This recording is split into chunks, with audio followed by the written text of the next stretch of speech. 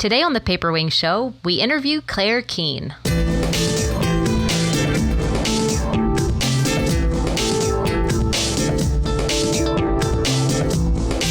Elevate your visual storytelling with the Paper Wings Show.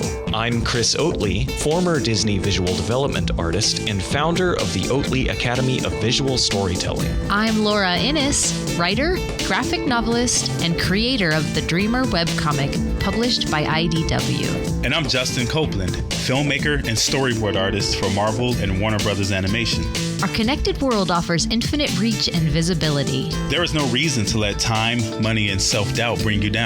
We're here to help you find your voice, perfect your craft, and create stories that draw a crowd. Find us online at paperwingsshow.com. It's the Paper Wings Show! Woo! That was really good. Thanks, man. It was very from good. the diaphragm. That was amazing. I'm very happy today. I have a lot of energy. I don't know if me you've too. noticed. It's a big show. It is a huge show. We got Claire Keane Woo! on the podcast. She brought the thunder. Oh my God. It was amazing. And Justin and I are in the same room. Yes, we are. Just moved to Burbank, California.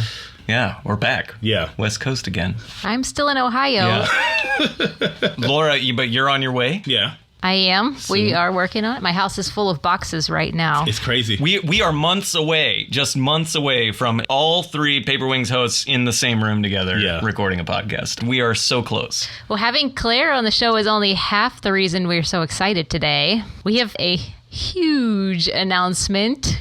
We've been teasing this for Months. Yeah, months. Yeah, Months and for if you sure. include the art cast, it's been months. We've been saying nothing about it, basically, just simply that we're working on the most audacious, ambitious project we've ever attempted at the Oatley Academy. And then later on, we mentioned that the code name for the project was Operation Cray Cray. Cray, cray, cray. We are finally ready to announce the real name. Although I think to many it still will always be known as Operation Cray Cray. Yeah, because it is cray cray. Yeah, it is cray cray indeed. But Laura, do you want to do the honors?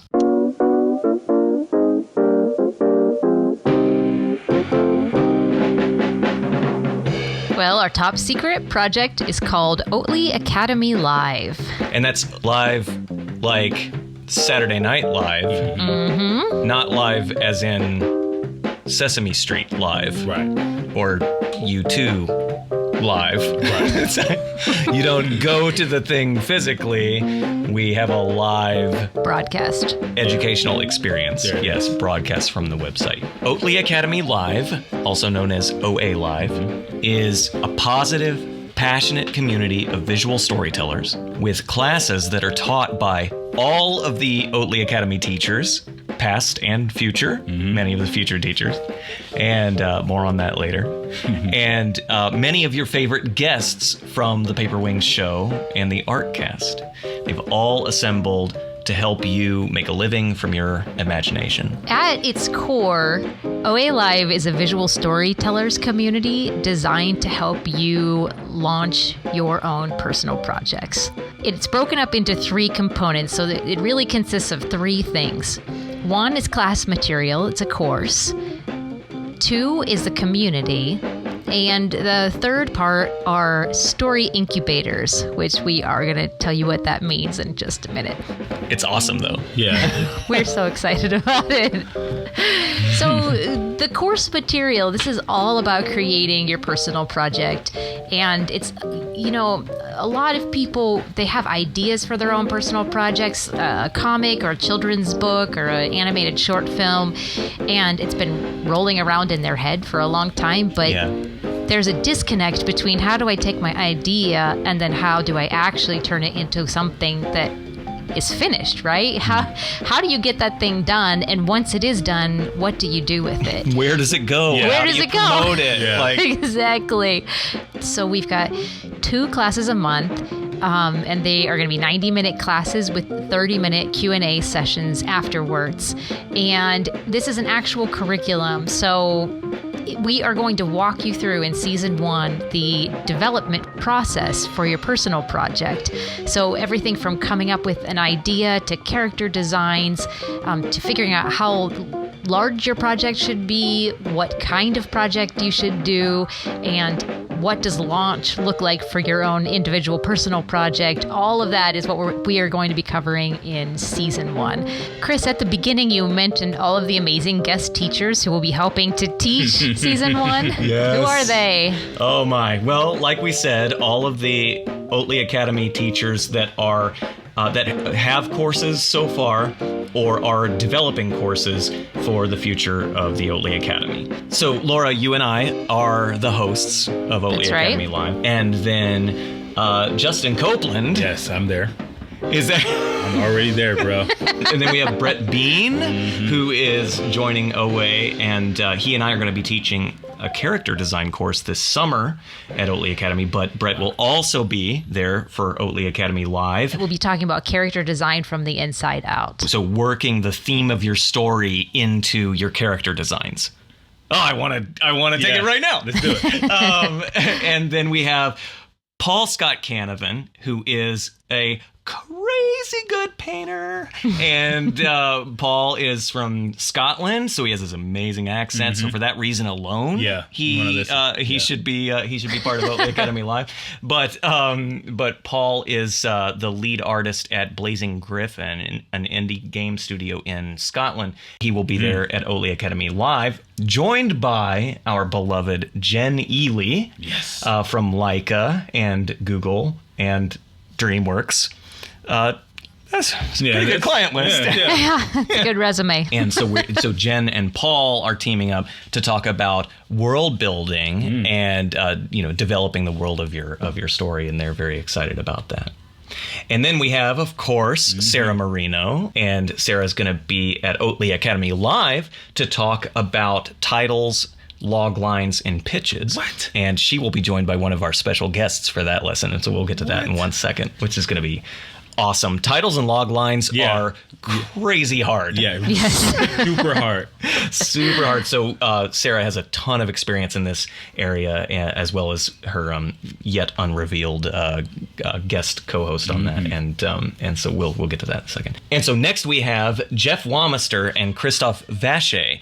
Jeff is a good friend of ours, Justin, and he's now a director at Marvel, which is madness.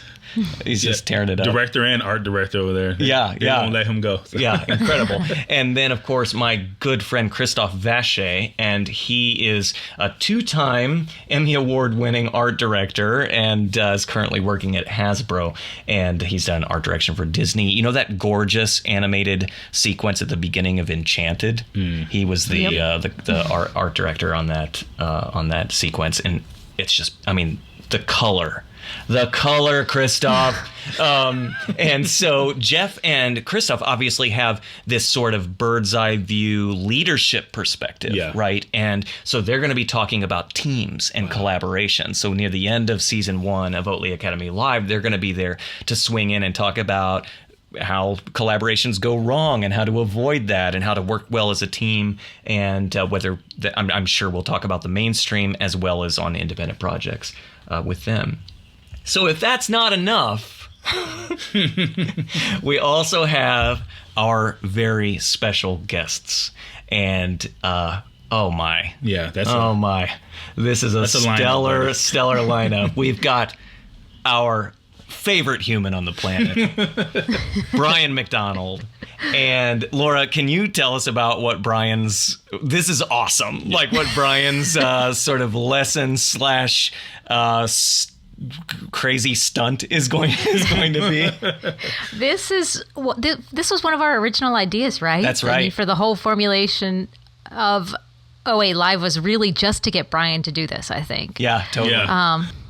And we are going to put Brian McDonald in the hot seat. When we have had him on the Paper Wings show, he talks about how you just make characters based on theme. It makes it sound so easy. Throws out a few examples, and then you go home and try to do it yourself, and you find yourself in tears. And we are going to put Brian in the hot seat to show us exactly how that idea works of developing characters based on theme, and it's going to be amazing. Yeah. Oh, I can't wait. Yeah, I cannot wait. And then we have Jason Brubaker, the creator of Remind and Sithra and the author of Unnatural Talent, a fantastic book about making creator-owned comics. And Jason had tremendous success with Kickstarter specifically, but he also is a family man, and he is incredibly prolific. He's one of the most productive artists I know. Yeah, on Earth. Yeah, and yet he takes care of his family, and he's just found this great work-life balance. And so he's going to be there to talk about scope and controlling the scope of your personal project. And of course, the showstopper, Aliki Graft, who was just recently on the Paper Wings podcast, and everyone just went crazy. One of my favorite interviews. Oh, so good. She's one of the best people. Yeah, ever. just so good. And of course, she has tremendous amounts of experience in basically every aspect of animated production, but she has tons of experience pitching, and so she is going to be the one joining Sarah Marino for the titles, log lines, and pitches lesson. Yeah, it's going to be crazy. Crazy good. That. And then lastly, from the art cast, Adam Westbrook, who is the creator of Delve TV, and he is the voice and the author of the Delve video essays. And many of you have seen those that two-part series called Da Vinci Was a Loser, or actually it's called The Long Game, but we remember it as the Da Vinci Was a Loser series because he started that whole series with such an audacious claim. And Adam is a fantastic communicator, and he's going to be there. Actually, Laura, like in 2 weeks after the time of this recording. Wow. So so very soon, Adam will be on Oatly Academy Live to talk about how do you know what you want to say? You know, how do you really see the story inside of all the brainstorming and the research and all that kind of thing. And of course, as a video journalist and formerly a radio journalist, he's an expert at that. Yeah, that, my friends, is the lineup for Oatly Academy Season 1. That's a heck of a lineup. It's just, and we should take a moment and just say thank you to all the OA teachers for believing in this project and believing in it when it has just been an ambiguous blur for so long. And being so willing and so passionate about the Academy and the idea. And thank you to our special guests in advance, because it's just going to be awesome. It's going to be bananas, though. It's kind of hard to say no to something this amazing. I can't wait. I just can't wait. Oh, I should also say before we move on to community that all of the lessons are being recorded. So when you enroll, you'll have access to everything. So you don't have to worry if you missed anything, because it's all recorded and stored in the archive library for you. So that's awesome. Yeah. So if you can't make it to a live session, no sweat. So one of the best aspects of OA Live to me, just, as we're building it, and I'm sort of, like on the outside looking in, I'm consulting with you guys. That's actually true. One of the things that stuck out to me was the community aspect of it, because all of this is great. But when you're in community and you can talk to somebody about the thing that you just learned, that's the best. What are some of the ways that we're going to, implement it? Yeah, implement community at OA Live. Yeah. Laura, do you want to take that one? Yeah, we have gotten a bunch of Star Oatly Academy students, and they are going to be hosting hangouts throughout the month on different days and different times. So it doesn't matter where in the world you live or what your work schedule looks like. There will be some hangouts that you can make. And we did that very intentionally on purpose. And at these hangouts, they last about 90 minutes, and it's a chance to just meet other students and to work through the questions that came up during class, problems that you encounter when you're working on your homework, and just questions that maybe we didn't get a chance to answer during the Q&A time that Chris and I weren't able to answer. You guys can get together at the Hangouts throughout the month. It just seems like when you're alone, you can get very stuck and very lost very quickly. But when there are other people around, there's this person over here who's run into that same problem before, or just read a great article over there, whatever. And it's just, we are seeing these kinds of things happen already, and it's amazing. OA students are some of the best communicators, seriously. They're Incredible. The community is, I just don't understand. I'm just like, it's just everywhere you turn it, encouraging, positive, passionate, professional people. It's amazing. It's the most rich, creative community I have ever been a part of. And then, as if this hasn't been crazy enough.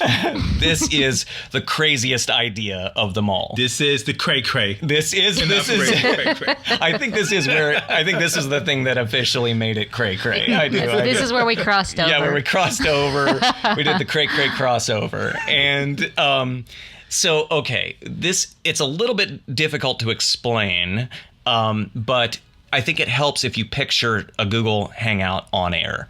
Okay, so Laura and I are on a Google Hangout on air. So you're watching, the live stream of us in a conversation with 6 of our standout students.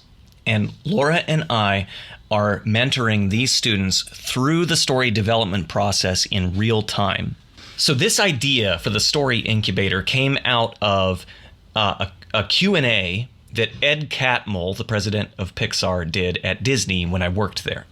Ed was talking about Up, the movie, and how that story changed so many times. It just changed over and over and over again, and I can't remember the details, but I think it was something, if I'm not mistaken, only the floating house was the same, and everything else was like completely different. Wow. Well, the old man in the floating house, and that was the idea. But there were ones that were more fantasy and just craziness, and there were other ones that were more grounded in reality. And of course, we know the film that they ended up with. And I was listening to Ed talk about this, and I was like, this is very interesting to hear all about all the different versions of the story. But I was like, where is my 100 disc Blu-ray set where it has every recorded hour of those meetings, and you can watch the struggle and see the ebbs and flows of ideas, and you can see where they hit the wall, and you can actually understand why they didn't go with a certain concept. All that stuff sort of remains a mystery. Right? And so I was like, well, no, we're not Pixar, but if Pixar's not going to build it, why don't we? Let's build this, because it'll still be incredibly fulfilling and educational to just watch every twist and turn of the story development process. So we have gathered together, like we said, 6 of our just mind-blowingly brilliant students, and they are working in pairs. So they're doing collaborations, and they're working in pairs on 3 different stories, and we're coaching them through those, and it's been going very well so far. Season 1 will last for 6 months, and it is going to walk you through the development process and get you ready to launch your own personal project. And what that looks like will be different for every one of you, because each of you will figure out your own creative goals and the personal project that's right for you to get you there. So obviously, we would love for you to join us at Oatly Academy Live. Just go to oatlyacademy.com/live, and depending on when you arrive on that page, you will either have the opportunity to enroll, or you'll have the opportunity to join the notification email list, and we'll email you when enrollment opens again. At the time of this recording, we have about 2 months-ish left where enrollment is open, and then we're going to close enrollment for the remainder of Season 1, and then we'll reopen enrollment at the beginning of Season 2. And awesomeness of all awesomeness, Claire Keane is on the Paper Wings Show today. Faces melting worldwide. This is a stellar interview. We talk about character development and story development. We talk about line and gesture and mark making. And dreams. And dreams. We talk about dreams. Oh my God. I was listening to the edit, Kevin's final edit yesterday, and when she gets to that part about dreams, I was like, oh, I don't know if there's going to be a dry eye in the house. It's amazing. I was getting choked up standing there in CVS shopping for tinfoil. So yeah, it's fantastic. Well, I think it's really appropriate that we are launching Oatly Academy Live on this episode, because the bulk of what we talk about is her thoughts on storytelling and character, and how that all applied, everything she did on Tangled, how that applied to her own personal project, which is a beautiful children's book called Once Upon a Cloud, which, if you haven't read it yet, you should buy it or download it immediately. Yeah, it is gorgeous. And we will, of course, as always, link to Claire's Amazon page from the blog post associated with this podcast episode, which you can find at chrisoatley.com/PW33. And yeah, one more time, oatleyacademy.com/live if you're interested in enrolling in OA Live. Okay.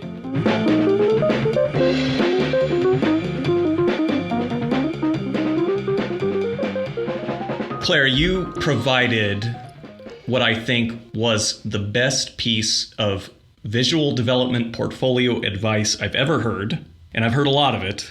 And that was, you said every single piece should answer a question about the character. And you're like, that's good. That's really good. I should say that. But I thought that was the greatest. I was like, that encapsulates everything that I ever try and tell people about a visual development portfolio. And, you gave specific examples from two very similar films, Lost in Translation and Tangled. Can you just unpack that a little bit? Like the idea of living with the character and just revealing the character through moments, the moments that you would illustrate. Well, I guess when I was talking about that, that's what I've realized not only is the most effective way of doing visual development, but I also realized, and I've noticed this about my work, is that it's also the best way for me to work. It's the way that I connect with my work the most, is by really understanding the character, or at least attempting to try to understand the character. And in doing that, I feel like my questions are sincere. And when you're asking sincere questions, you get sincere answers in return. And anytime that you are developing something that is sincere or drawing something that is sincerely human, it's going to touch other people, and people will be inspired by it. And that's kind of the basis for me talking about that any visual development should be answering the question of who the character is. Can you give a couple of examples of the questions you asked about Rapunzel? Well, on Rapunzel, the biggest question that we all had working on the movie was, what is she going to do in this tower? Right. And it was a real big question, because the answer to that question was not only going to give us who the character was and how the character thinks, but it was also going to give us what are we going to storyboard? And that was the main question. Okay, so this girl has been trapped in her room essentially for 18 years. Right. And she hasn't been allowed to go out. But we know that she is this irrepressible spirit, and she is just overflowing with goodness and creativity. How do we show this girl in this tower that's been there forever and keep it positive and hopeful? And so I just kind of turned to myself and took my sketchbook home with me one weekend and tried to just follow myself around with my sketchbook and document what I was doing during my life on those times when I wasn't doing anything. Right. And that's where Sofia Coppola's Lost in Translation comes up. It's because what I loved so much about that movie was you have these long scenes where you just get to watch Scarlett Johansson's character just live. There's no plot happening necessarily. You just get to be with the character, living and breathing, getting ready, just staring up at the ceiling. And when I saw that movie, I realized, wait a second, like, those are all things that I really connect with. I sit and stare up at my ceiling like all the time. And I'm like, I understand that moment. It's not like a huge, heavy, emotional, plot-driven moment, but it's something that I connect with, like just kind of those mundane little moments in life. And when I was thinking about Rapunzel, I just was thinking like, well, she's got to have lots of these mundane moments. And after seeing Lost in Translation, it just kind of dawned on me that this character, Rapunzel, she lives outside of the world that we see just in the movie. When the cameras go off of her, she's still living and breathing. Right. She's still walking around and doing stuff. And that just became super interesting to me. And so that's the type of things that I started documenting with my sketchbook when I was at home. I decided, okay, I'm going to just stay at home like for 2 days or 1 day or whatever, and just document whatever it is that I'm doing when I'm at home and translate it into Rapunzel's life. And I mean, I rarely pick up my clothes, but I was picking up my clothes on this one weekend. And I noticed that when I was forced to like pick up my clothes and do chores around the house, that I started singing and just kind of making things fun. And I realized, well, yeah, that's definitely something that Rapunzel would do. I mean, if she's like locked in this tower, she'd be singing the whole time, and she'd be maybe even making beautiful things out of her chores. If she was mending a hole, maybe she'd be sewing it up and then all of a sudden like make it into a beautiful butterfly brooch on top of something.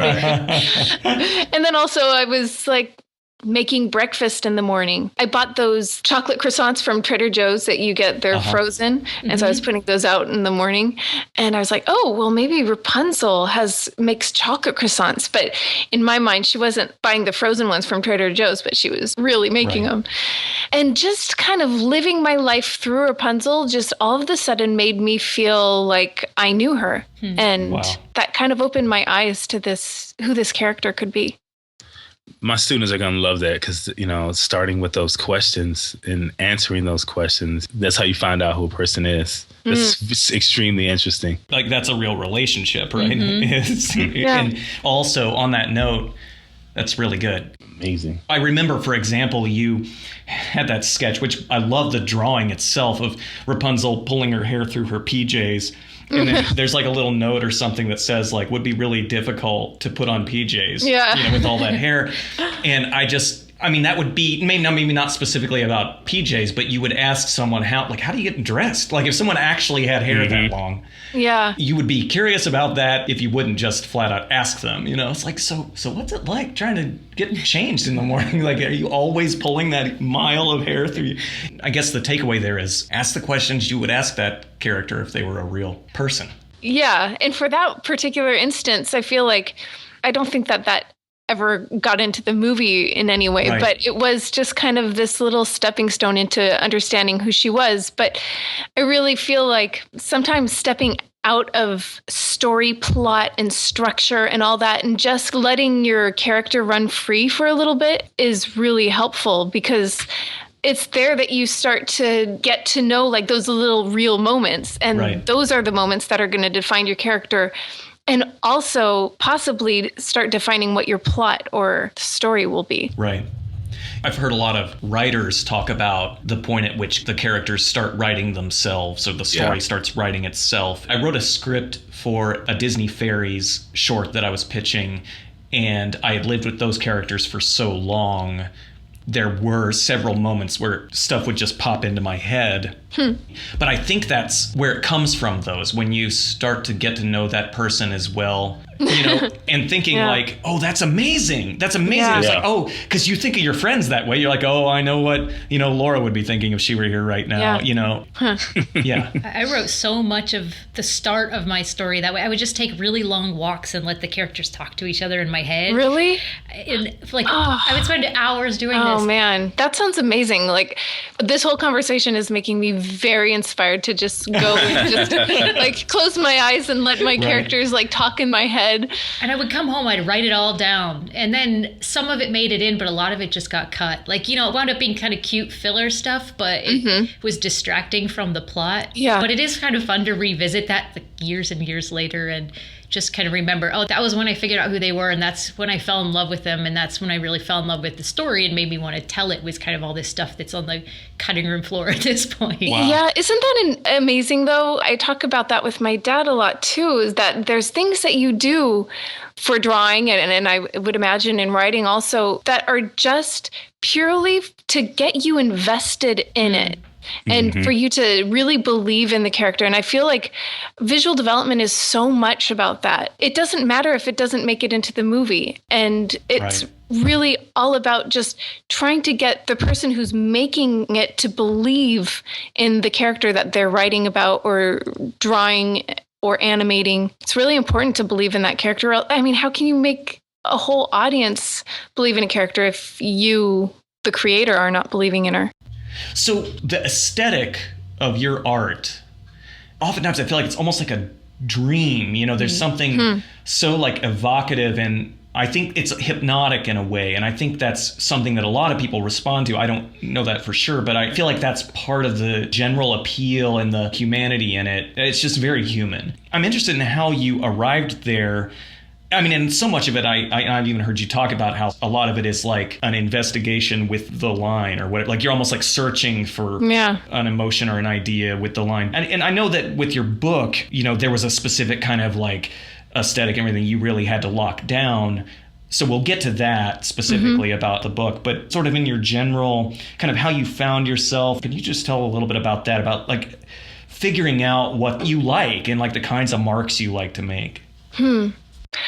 Well, the kinds of marks that I like to make are all dependent on what it is that I'm trying to say. Right. I rarely think about the style that I'm doing.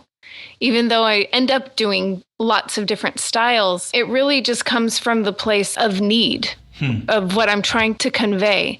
For Rapunzel's murals, for example, I needed to convey that she was an artist who was painting lots of different types of objects that she saw out of her window. Right. But she wasn't a trained artist.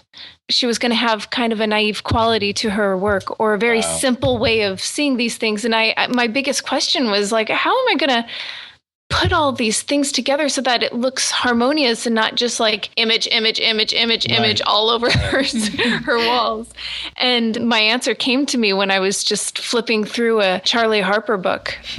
Charlie Harper is the illustrator from the 60s who did these beautiful biology textbooks, and they were just gorgeous. And he had this way of interlocking all of his objects or animals and nature things into one another. And I saw it and I was just so inspired.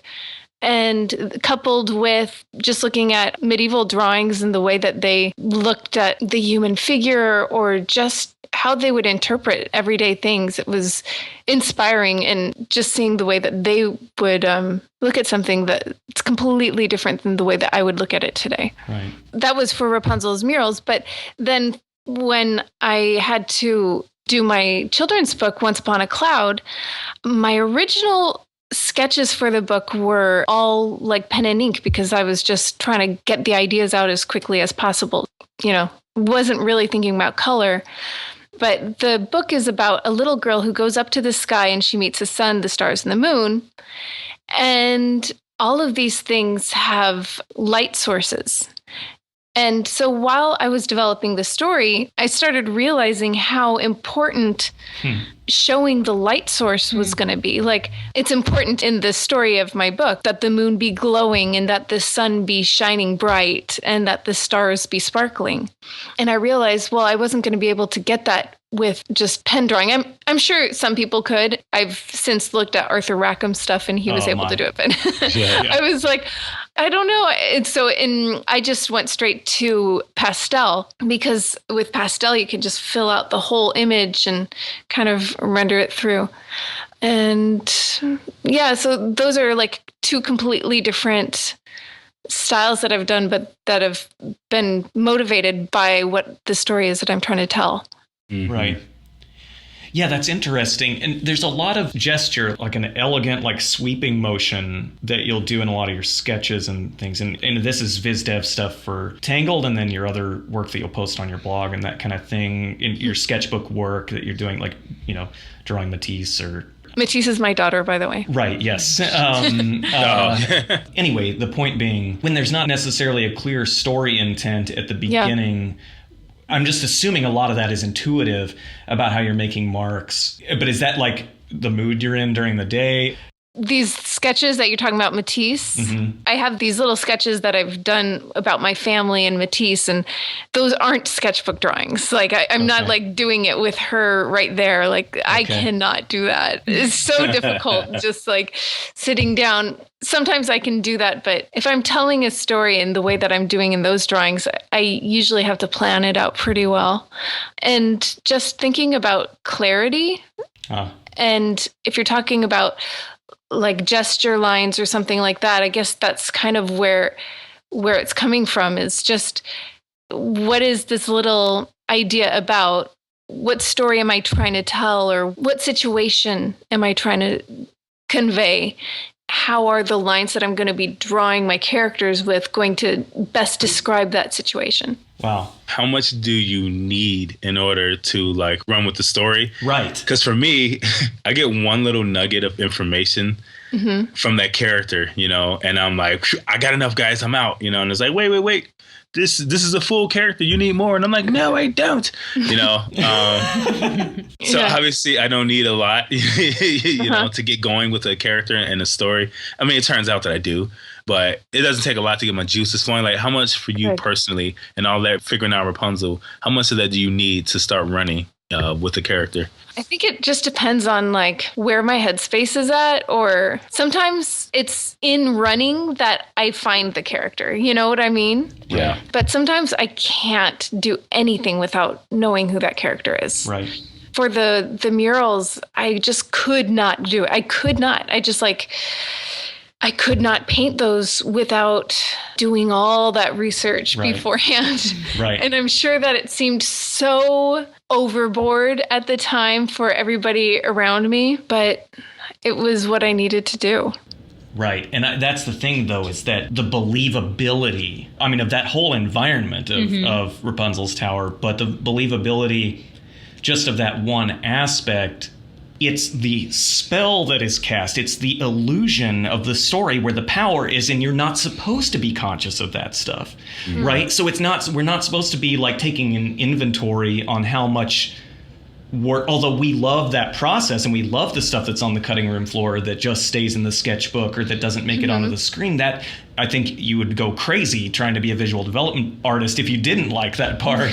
Same with story, you know, Justin, I know you could say the same thing. But the point being, all of that is just to create a seamless, immersive experience. And so whatever it does take to get there, and in this case, it was a ton of work to create a place that seemed like Rapunzel really lives here and has lived here for a very long time.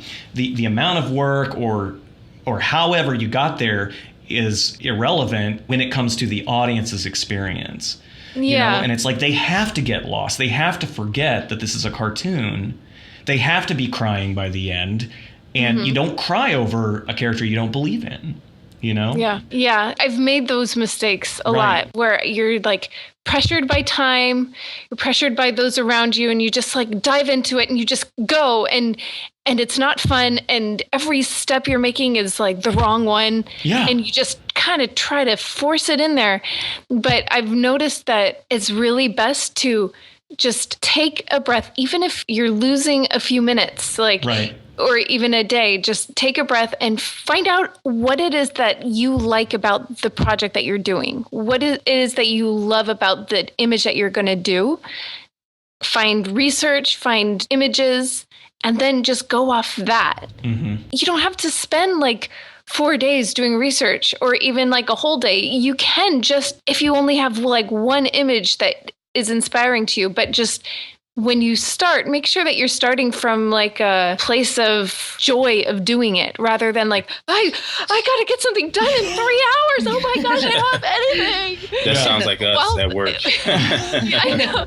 Well, that is really important for somebody who needs a deadline like me. I do need that. But I know that pressure without the love and joy and like inspiration part will yield nothing, or will yield just very dull drawings.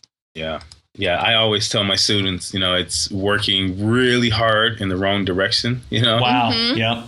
It's like nothing worse when you turn back around and you're like, holy cow. I have also noticed that when I'm really stuck on a drawing and it's just not working, and I'm like working out the details of like some background little piece of whatever. As soon as I take a look back at it, and if I can take myself out of it just enough and open up my mind to be like, okay, what is it that's really bothering me about this? Most of the time, and usually like I'm really struggling like with the anatomy of an arm or something, like something very specific. And I think that is the problem. But if I open myself up to seriously step back and just be like, okay, be open to anything that you might throw out. Most of the time, it goes back to the concept of what I'm trying to say and be like, wait a second, that character is supposed to be cooking and I'm showing her cutting or something. Wow. I don't know if this is a dumb example, but she's supposed to be cooking and I've been trying to show her cooking, but through her cutting. And obviously that's not going to be working. So I just need to start over. And when I start over, it always goes so much quicker. Yeah. Every time, literally every time. Yeah, every time. Yeah, that's amazing. Yeah, it's the what I refer to as the renovate or detonate question. Yeah.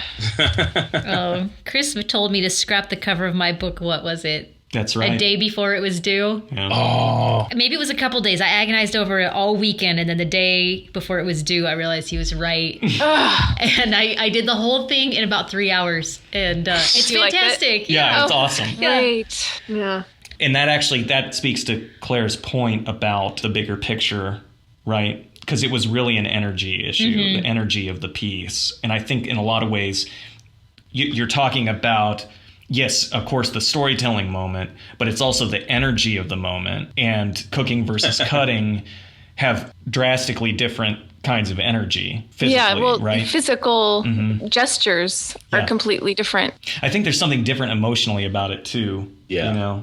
It's hard to hold yourself in that ambiguity, but it's like that's really what we're talking about. It's like being comfortable with the ambiguity and comfortable with lots of loose ends not being tied up. And like you were saying, like waiting on the hook. I mean, you, that wasn't your word, but that idea of like, what is my entry point for this idea? What is the thing that's going to be that catalyst that actually makes it something honest and emotional versus something that's just a drawing? Yeah.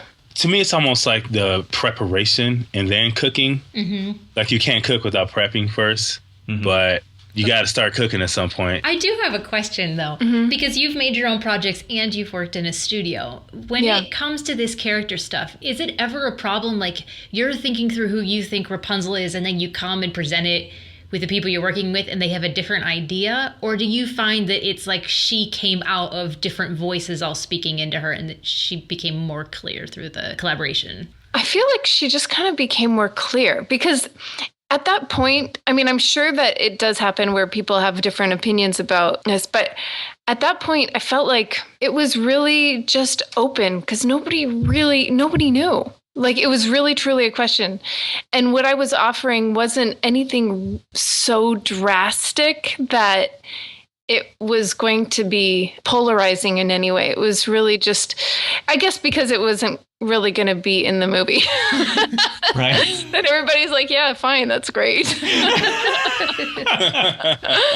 Oh my. Did you miss that when you went and worked on your own book? Working with people? Yeah, like the extra voices. Yeah. Yes, I did. But for Once Upon a Cloud, I had the most amazing editor. I mean, it was almost as if it's what I had been waiting for at Disney, but I had never been able to have somebody so personal to me because my editor was there just for my ideas. Whereas Disney, you're all coming up with ideas and you're all helping each other out for different things, and it's a little scattered.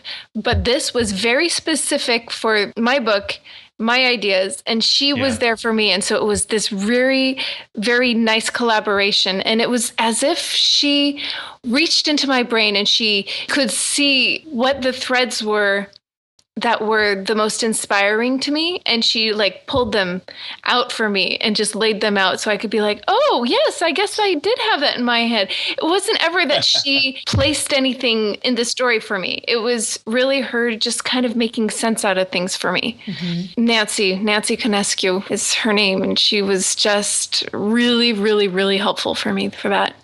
In a way, I missed the collaboration with story people at the studio, but at the same time, I had gained something so amazing that I never had at the studio that it was in its own way really, really satisfying. You know, we've only really gotten to know you after you left Disney, and correct me if I'm wrong, but it seems like this is like the gateway into a new chapter, but it almost seems like all roads were pointing to this in a way. There's a certain level of authorship, and that sounds meaningless because it's a book, but do you know what I mean? There's like it's like you're the director and the illustrator, but this thing that I'm trying to get my brain around about your work, that kind of dream-like, that essence, that is something when I was talking about the Matisse drawings, I meant to say is that it's almost like the gesture is there, but the gesture isn't in the drawing, not visibly, because the drawings are so contour-based. But there's this thing of like, we're seeing an image, or like, that's why I use the word memory or dream. It has this kind of timeless feeling, but like it's like a memory in the sense that it's a fragment of a bigger thing. I think it's evident just aesthetically in the work. But my point is, it seems like all of those things, like the aesthetic, the creative direction, the point at which you had kind of learned what you needed to learn from kind of the way Disney does story, all that stuff had sort of converged, and it just seemed like it was time. Yeah. Well, thank you for saying that. I mean, those were just very lovely things you just said about my work. Well, I'm processing. Thank you, Chris. Just trying my best to explain. But, you know, I question it sometimes, but I really do feel that it was all leading to that point also. Just leaving Disney was a big decision, and it was very difficult to make because, one, I love the people that I was working with, and I love the company, and I love the projects, but there was just this feeling that I could not shake it. This feeling that I needed to be working on my own projects at home. The feeling was stronger than me that I needed to leave. Yeah. Why was this the first book? How did that happen? Was this something you had in your mind from the beginning? Or was it like, oh, I have an agent now, start generating ideas? How did that play out? It played out so naturally. It was really kind of funny. When my first child was born, when Matisse was born, I came back to work and I was starting to paint the murals for Rapunzel's Tower. But at the same time, John Lasseter, he said to all the artists at the studio that he would like to make this artist showcase series of children's books. And he opened it up to everybody in the studio if they had an idea for a children's book that we could pitch it to Hyperion/Disney publishing house, and they would select a few to be published as like the Disney series. Oh, I remember this. Yeah. And so I was like, oh, that's kind of cool. I wonder if I have any ideas. And so I kind of was at the same time coming up with these ideas for Rapunzel's murals, and at the same time nursing my daughter to sleep at night. So Matisse wouldn't sleep, and she just wanted to be up with me, and all I could do was think about sleeping. I just I thought about it. I dreamt about it. I read about it. And the more I read about it, and also, I don't know if you've noticed within the past few years, like sleep is it's like a hot topic right now in all of like science and all these research things. They just keep coming out with new research about how important sleep is. And I'm like, yes, I understand. So I was reading all those things. And at the same time, I had just finished reading Carl Jung's book, Man and His Symbols. Have you read that? No. In this book, he was really talking about the importance of dreams and how our unconscious guides us in our waking life to a really, really important degree, and that we're just so unaware of how important our unconscious is to us. And I was like, if there is one thing that I want to pass on to not only my daughter, but to this next generation, it is to be aware of our unconscious and our desires and to really follow our dreams. Right. And at the same time, going back into work, I was designing Rapunzel's murals. And at one point, I had drawn all of the things that she sees out of the tower. But then when she got up to her bedroom, I just felt that it would be fitting if she was painting her dreams and the things that she aspired to. Because being locked in a tower, I just felt like she would have lots of imagination of where she would go if she could leave. And so I did this drawing of her in bed and the birds flying her bed away outside up into a night sky. And when I saw the drawing that I had just done, I was kind of intrigued, like, oh, wow, I could just kind of keep going with this idea. Like, what is she dreaming about? Where is she going? And who is she going to meet? And that's kind of when the idea was planted about a girl who goes up to the sky and she meets the sun, the stars, and the moon. And there, during her journey into her subconscious, somehow she finds the solution to a question that she'd been asking herself. And in my book, she's searching for a gift for her mom. And through the moments that she has with each character, the sun, the stars, and the moon, they all inspire what the gift will be. So good. Wow. That is so good. cool. I love it. Thanks. So I kind of started coming up with this idea and I pitched it, and it was kind of chosen a little bit. They picked a ton and they kind of just like put it off to the side. And nothing was really happening with it. And in the meantime, really maybe like within the same month, I got an email from Steve Malk, who's one of the best children's book agents there is. Wow. I didn't know that at the time, but he asked me if I had an agent and if I'd be interested in doing children's books. And I was like, well, actually, I just came up with this book and I have it all printed out and I'd love to pitch it around. And so then the next fall, I was going out to New York for a high school reunion. And so I told him, I was like, okay, I'm going out to New York for a high school reunion. If you want to get me in contact with people, I'd love to meet people. And so I had 2 days where I was going up and down Manhattan, nonstop meeting art directors and editors, and it was just so exciting.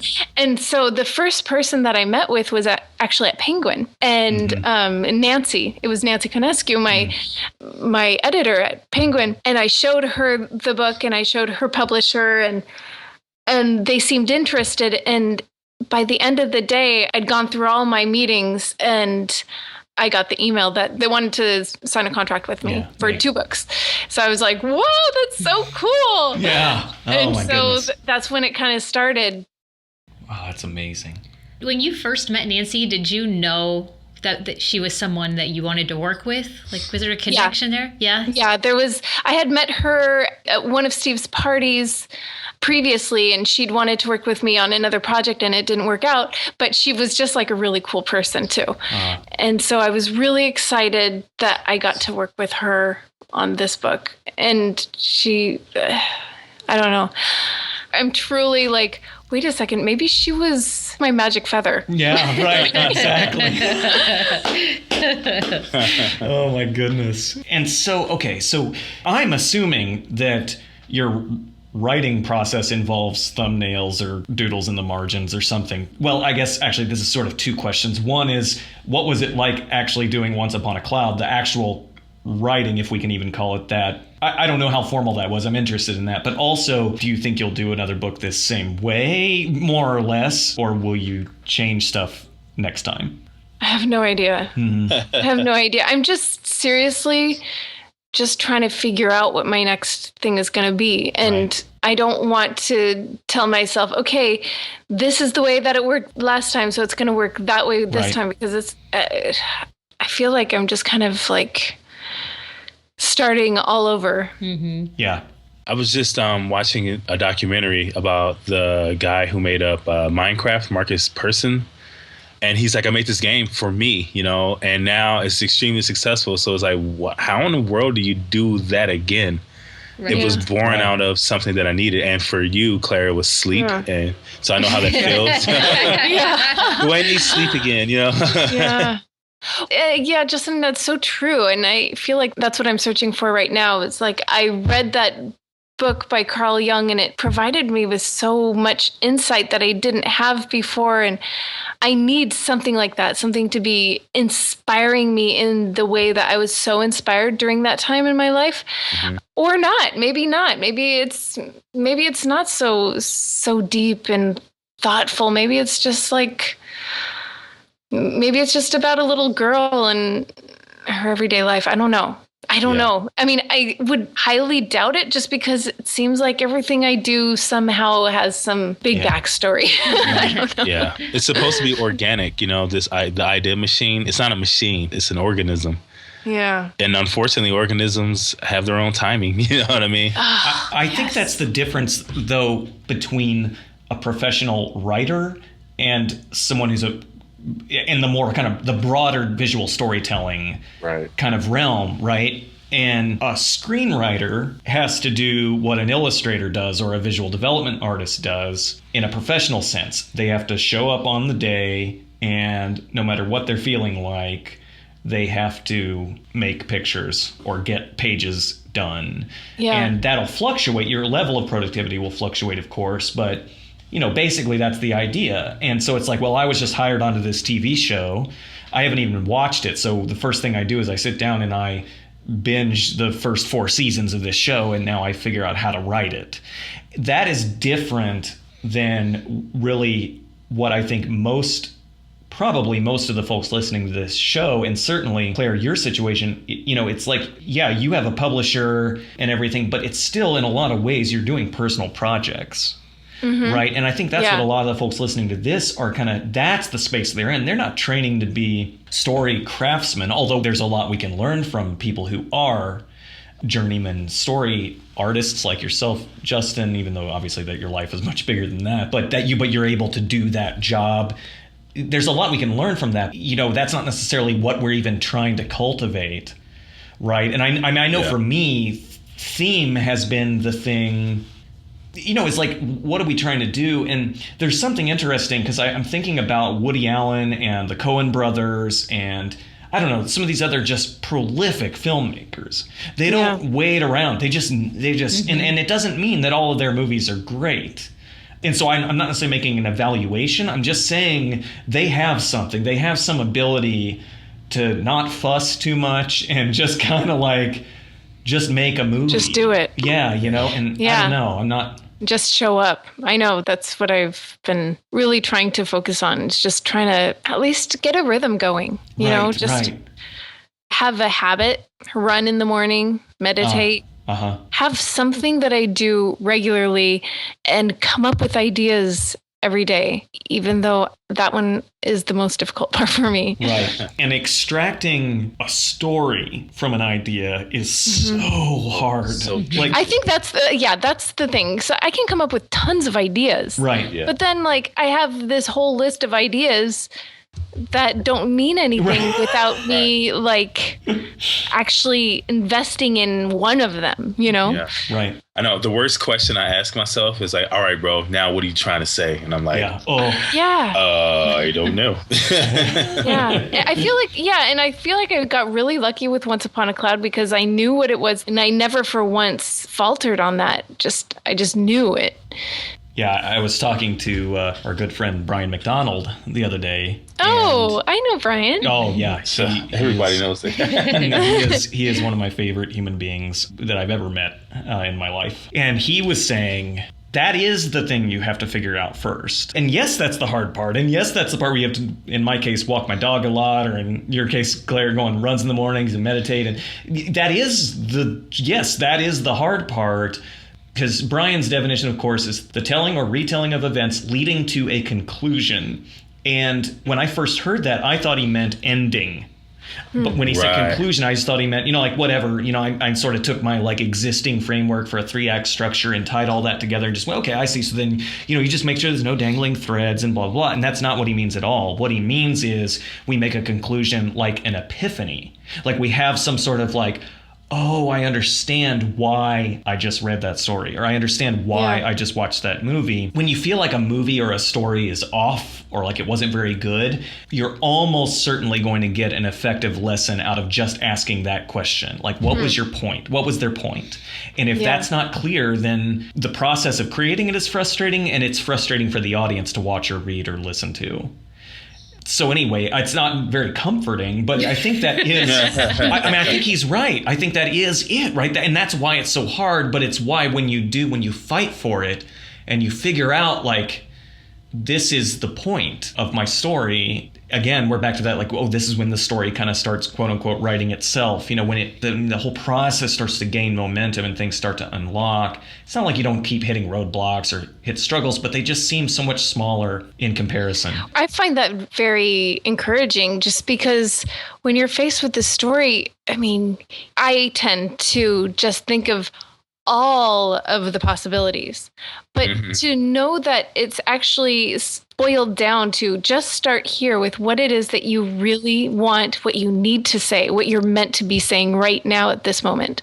It might not be the same thing that you said before. It might not be the same thing that you'll say forever, but just at this moment, what it is that you want to say, that already boils it down immensely to be something that workable, something that I can wrap my head around. Yeah. And that it's worth the fight. Yeah. Right? Yeah. Yeah. And that will give you the motivation to go through all the other stuff later on. But wow, this conversation is very encouraging to me. I'm so glad that we had this conversation today. Of all days, this is exactly what I needed. Thank you, Brian McDonald. Yeah, no kidding. We say that all the time. Yeah, I know. Oh my God. So can you walk us through the timeline? How did you deliver the pages? Like, did you finish all the pages? How did you figure out what each one was going to look like? Some of them are vignettes, or they're a little more vignette-like, and then others are, these like kind of 2-page spread paintings and that kind of thing. How did you did you do the whole thing as a dummy? And the actual visual aspect, the layout aspects of the book, how did that evolve? So the story and the visuals were developed at the same time, because I could say one thing with my visuals, and so I didn't need to say it with the words, or just little transitions could be made through a drawing rather than having to say it in words, and that kind of changed everything. Right. And did you do that at the same time? Did you have a spiral notebook, or what kind of pen do you use? Did you draw and then write at the same time? And then or did you have pages with no pictures? So I just did everything in Photoshop. Maybe the first few sketches I did do a lot of like writing on paper, but it was really just because I didn't want to be in front of the computer. But I was most effective and worked more quickly when I was just in Photoshop. And so I just made one big Photoshop file, and I found this to be very effective. One big Photoshop file, and I put all of the pages in a grid, and I would just work on top of that from one page to another, and just zoom in and work on one page, and then zoom out and work on the next page, and then zoom out. And so that way I could just like keep seeing it all. And then when I would kind of have my rough draft all figured out, and then I'd go in and I'd take screen caps of each page, and then I'd just make a PDF of all those screen caps. That's awesome. Wow. Did you crash Photoshop ever during this? My Photoshop crashes all the time. Yeah. Ugh, so annoying. But yeah. But Wow. I was like working really quick. Oh, this was just like for the thumbnails and then for the actual illustrations. Oh yeah, no, I didn't do the actual illustrations that way. It was much more analog for the actual illustrations. But yeah, so that was just like the sketches and thumbnails and figuring out like how I'm going to tell this story and what characters and what the metaphors would actually be.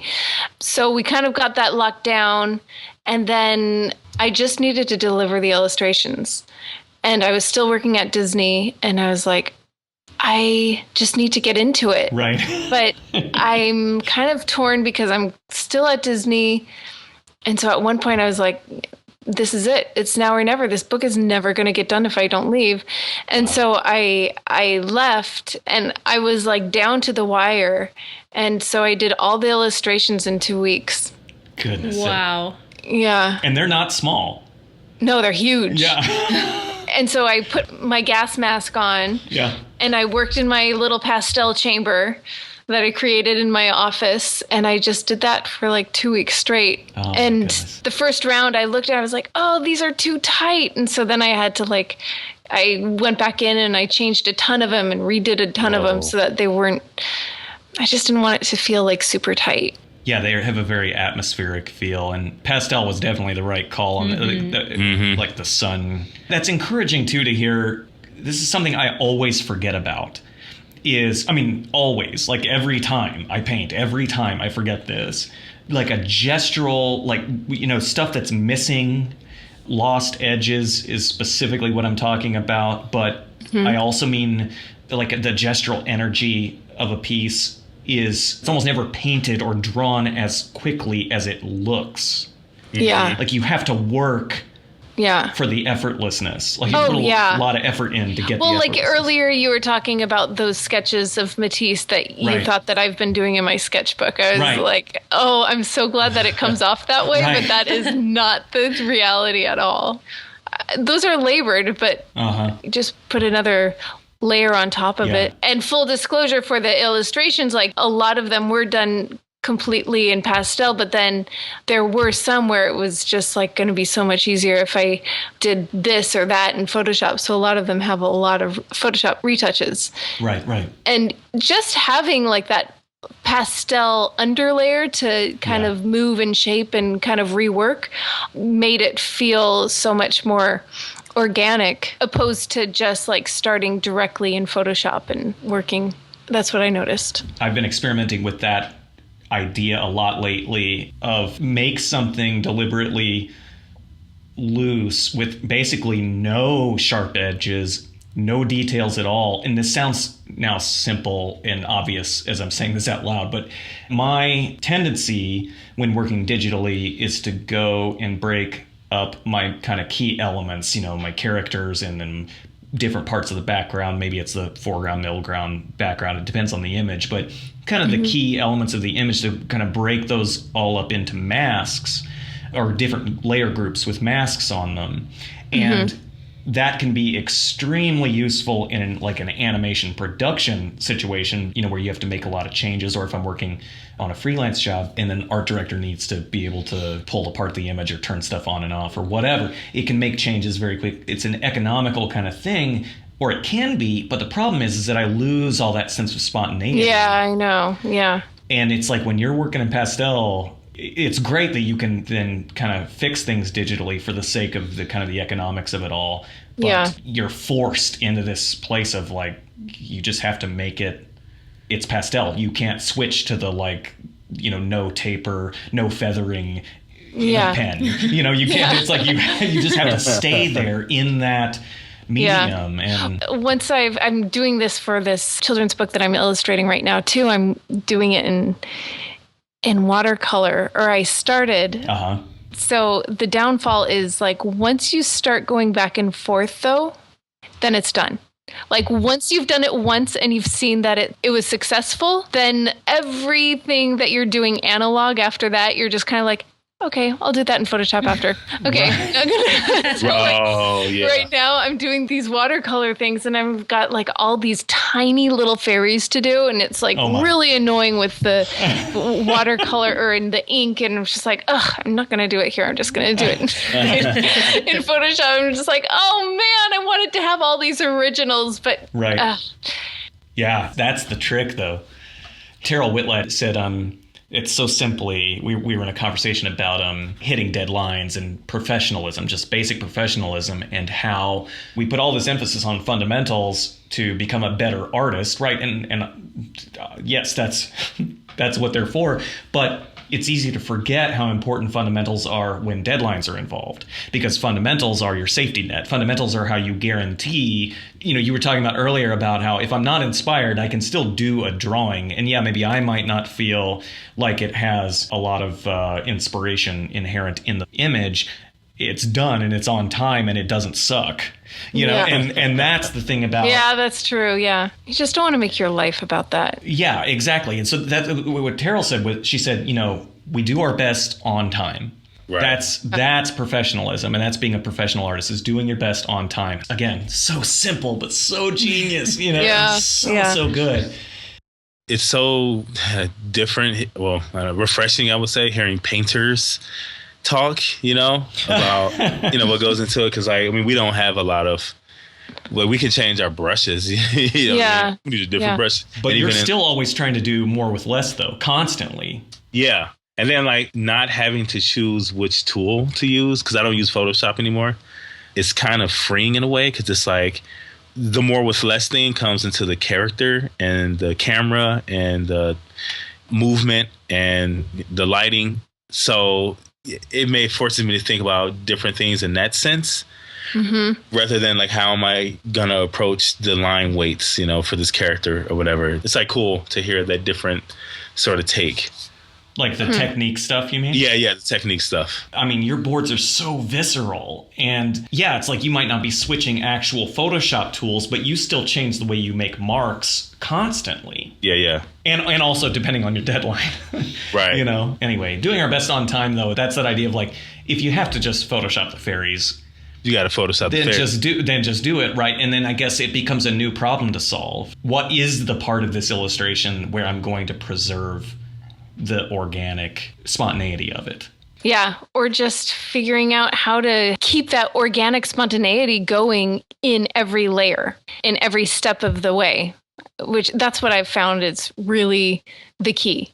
And in Photoshop, it's easy to just kind of not see it, but to constantly remind yourself to not get in too close to what it is that you're drawing. Right. I noticed one of the things that it's my personal belief of the difference between analog drawing and digital drawing is that we have the ability to zoom in. God. We have no more peripheral vision of the rest of our drawings.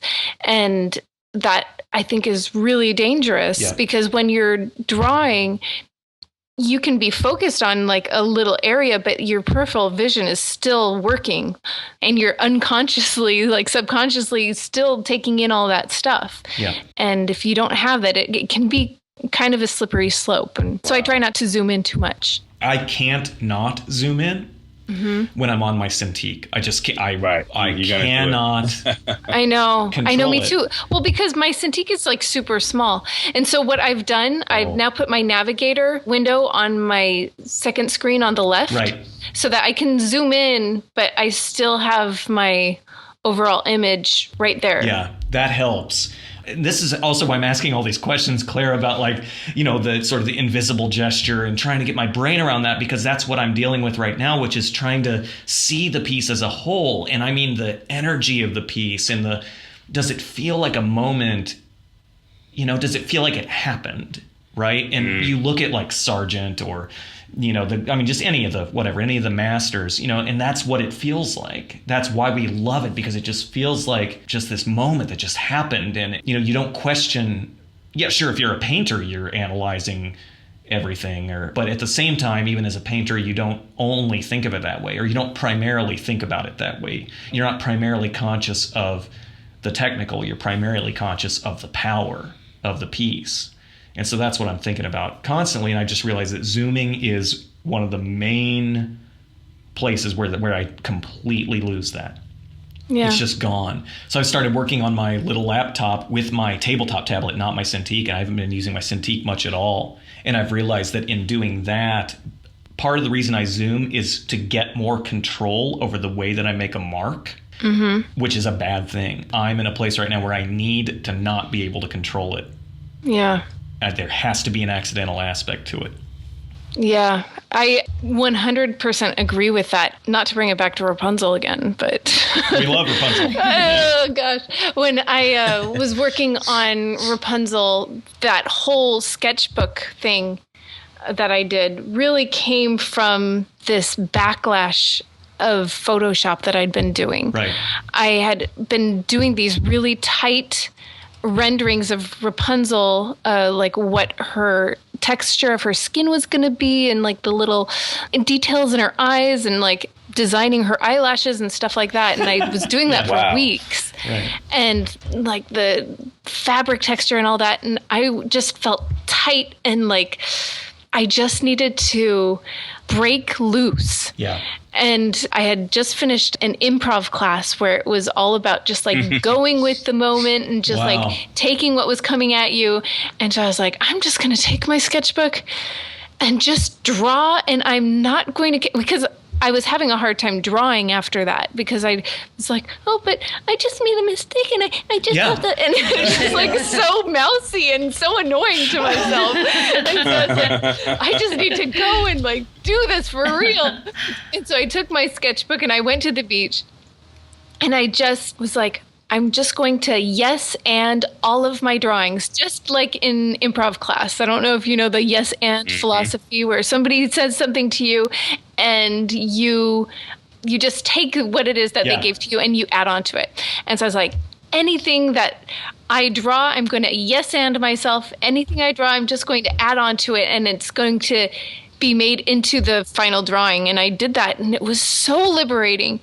And it was just... It was liberating. It was empowering. It was so wonderful. And I found myself one morning, I got kind of addicted to it. And one morning I was just so excited about it that I was sitting in traffic, and I had my sketchbook right there next to me. And I was on the 101. I was like, ugh, I just want to be drawing right now. Yeah. And so I took my sketchbook and I put it in front of me while I was driving or not driving. Right, and sitting still. Yeah. Yes. Started sketching what was in front of me, and it was like the shape of some car in front of me. I was like, wait, but this isn't Rapunzel. Like, she see a car. And what would Rapunzel do if she was stuck in traffic on the 101? and so then that car turned into a fireplace, and then all of a sudden it became like this whole little world of her like setting up candles in this living room area. It's like, oh wow, that's so cool that like everything that we do can be made into something wonderful if we just don't correct ourselves all the time. Right. Yeah. California drivers, man. Boy. Yeah. Angie drives everywhere. I don't ever drive because we get lost every time. I will just, I just think about stuff, Or you end up behind, exactly. You end up behind Claire Keane as she's That's right, exactly. Yeah, that's right. Now that I know Claire is driving while sketching, I'm never going on a single LA freeway ever again. I mean, it was like everything was fine until I knew about that. But no, I Angie drives all the time, so I'm just gonna, next time she starts getting stressed out because of traffic, I'm just gonna be like, sweetie, just turn that car in front of you into a magical fireplace. Just find the shapes. Just find the story in the shapes in front of you. Well, Claire, we don't want to say goodbye to you, but since it's inevitable, what advice do you have for people who, just like you, they kind of have a story that they want to tell, but they're having a hard time figuring how to get it out? What have you learned that you can pass on?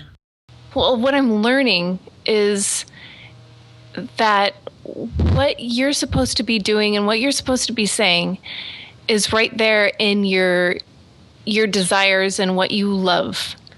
And if you can follow that and just, it sounds so cheesy, but let your heart guide you. Right. But truly just let your passions guide you to where you're supposed to be, you will every single time find yourself inspired and inspiring people around you. Claire, we like to ask all of our guests to share an episode resource. It's something that you found to be very valuable on your journey as an artist.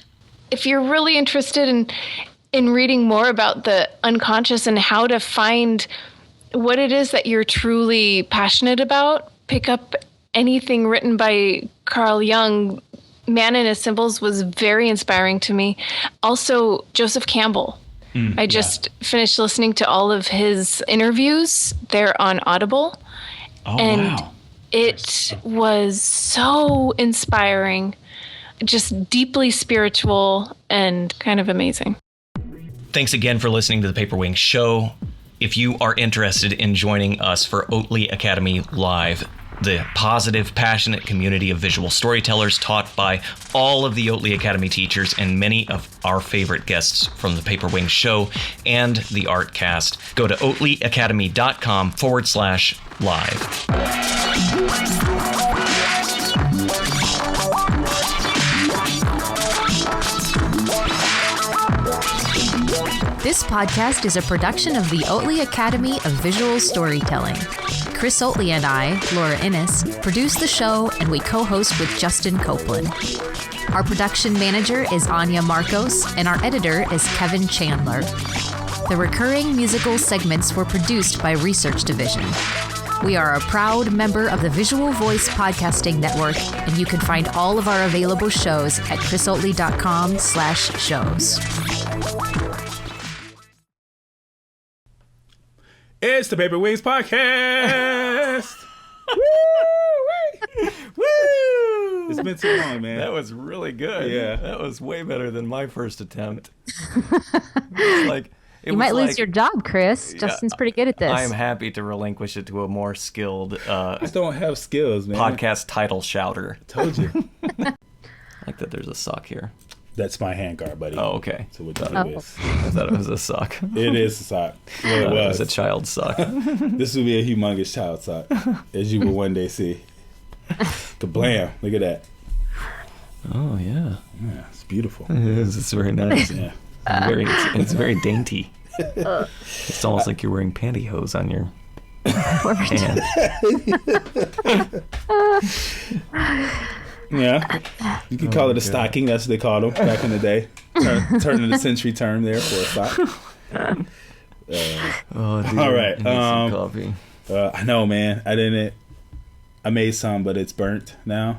Would you like some burnt, semi-warm okay. coffee? I'll be Sorry, all right. man. I'll just... I didn't have any today either. My wife made some way before I woke up, and so now it's awful. Oh, I see. You see what I'm saying?